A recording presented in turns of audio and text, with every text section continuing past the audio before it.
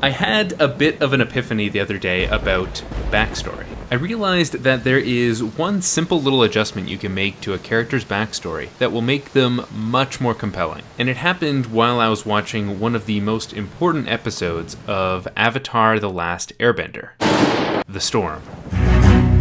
Now, The Last Airbender is a show that's just amazing at everything. Great story, great world building, great action scenes, but most of all, great characters. Episode 12 is what lays the foundations for that, as it is essentially the backstory episode, where we learn the tragic histories of both the protagonist Aang and the man who is hunting him, Zuko. In brief, when Aang learned that he was the mythical avatar who must save the world, he became frustrated because all he wants to do is be a kid. Now that you're the avatar, it's kind of an unfair advantage for whichever team you're on. That's the only fair way. Oh, okay.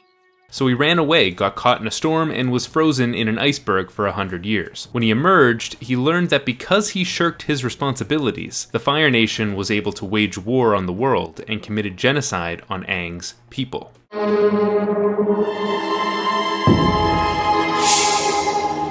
Gyatso.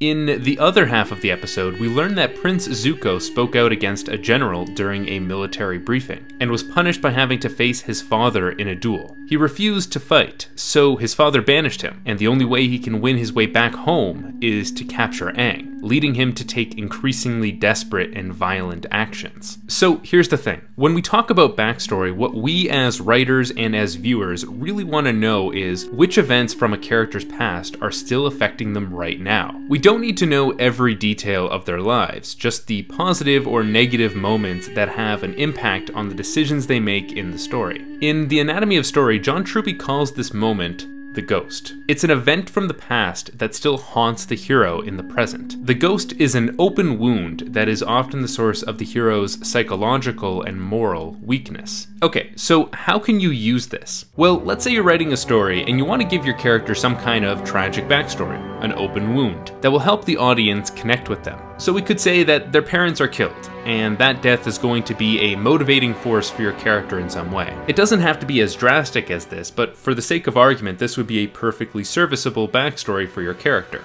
But here's where I had my epiphany. A serviceable backstory is one where something bad happens to the character. A much more compelling backstory is one where something bad happens to the character, and they blame themselves for it. And then the Fire Nation attacked our temple. My people needed me and I wasn't there to help. It's not just that Aang's friends and family are killed or that Zuko is banished that make their stories captivating. It's that they believe they are responsible for what happened. I was showing Batman back there for a reason because different incarnations of that character have tried both strategies. Usually the death of Thomas and Martha Wayne is entirely random, and it's a perfectly serviceable backstory to justify Batman becoming Batman. But here's yet another reason why Batman Begins is so well constructed. You guys remember Batman Begins, right? The film that came out 12 years ago? Well, in that movie, Bruce's fear of bats is emphasized early on. Then when we're at the theater, the acrobatic performers remind him of bats, and he becomes afraid and asks to leave, leading to the death of his parents. Yes, Master Bruce. It was my fault, Alfred. I made them leave the theater. No. If I hadn't gotten scared. Now the story becomes not just about the external conflict of ridding Gotham City of crime, but about the internal conflict of overcoming fear. Here's John Truby again on Ghost. You can also think of the Ghost as the hero's internal opponent. It is the great fear that is holding him back from action. Structurally, the Ghost acts as a counter-desire. The hero's desire drives him forward. His ghost holds him back. Aang's desire in the story is to just be a kid and have fun. His weakness and counter-desire is his reluctance to grow up and assume the responsibilities of being the Avatar. Throughout the series, this internal battle continues within him, and at each step he has to take the more responsible path, because the consequences of not doing so the first time were so devastating to him and the world. Zuko's internal opponent is even more pronounced. He wants to reclaim his honor, but his great weakness is that he defines honor as getting the approval of his father. But because his father is morally abhorrent, Zuko keeps doing things that are also immoral in order to battle his way back home. The great irony of his character is that acting morally was the very reason he was banished. Remember, he speaks out at a war meeting because a general said this: "What better to use as bait than fresh meat?" You can't sacrifice an entire division like that! Those soldiers love and defend our nation. How can you betray them?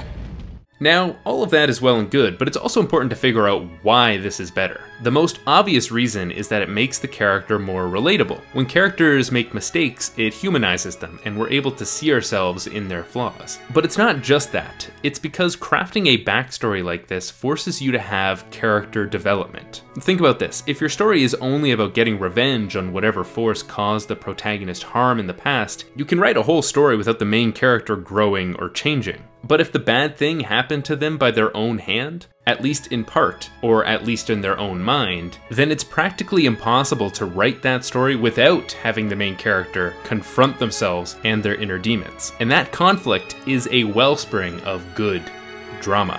Consider the character of Jet, a minor character in The Last Airbender. Like Aang and Zuko, he's got a tragic backstory. Fire Nation killed my parents.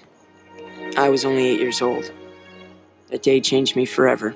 Now, Jet doesn't need to have as much character development as the protagonists do, so this isn't really a flaw with the writing, it's just useful to see the difference. In the episode we meet him in, he's planning to cause a flood that will kill everyone in a nearby village as part of his mission to destroy the Fire Nation. In that episode, Jet is a one-dimensional character because he's not at all conflicted about his actions. His ghost still controls every element of his life, but it's uncomplicated, so he would be boring if he were the protagonist. That is, at least until he pops back up in Season 2 and is remorseful about his previous actions, and is attempting to overcome his prejudice against the Fire Nation. Feelings of guilt and regret are probably the most common emotions evoked in any good story, because they are absolutely crucial to character development. Characters have to recognize their flaws before they can grow, and the sooner that internal battle begins, the sooner that character will hook an audience into the story. Because saving the world is only interesting when the people who do it must also save themselves. Or, as Zuko put it, "What would Uncle do?" "Zuko, you have to look within yourself to save yourself from your other self. Only then will your true self reveal itself."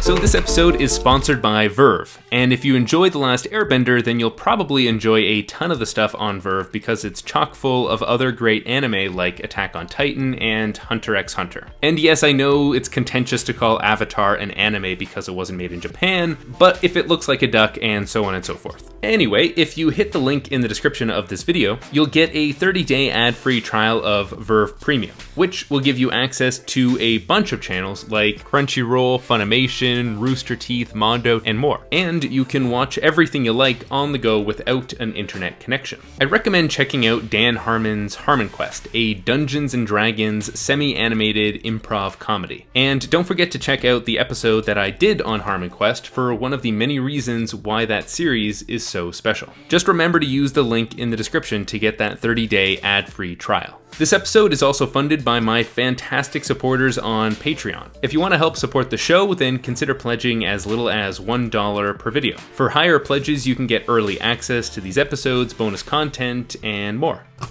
So thanks again for watching this video. Remember to like and subscribe, and I'll see you in a couple of weeks. Keep writing, everyone.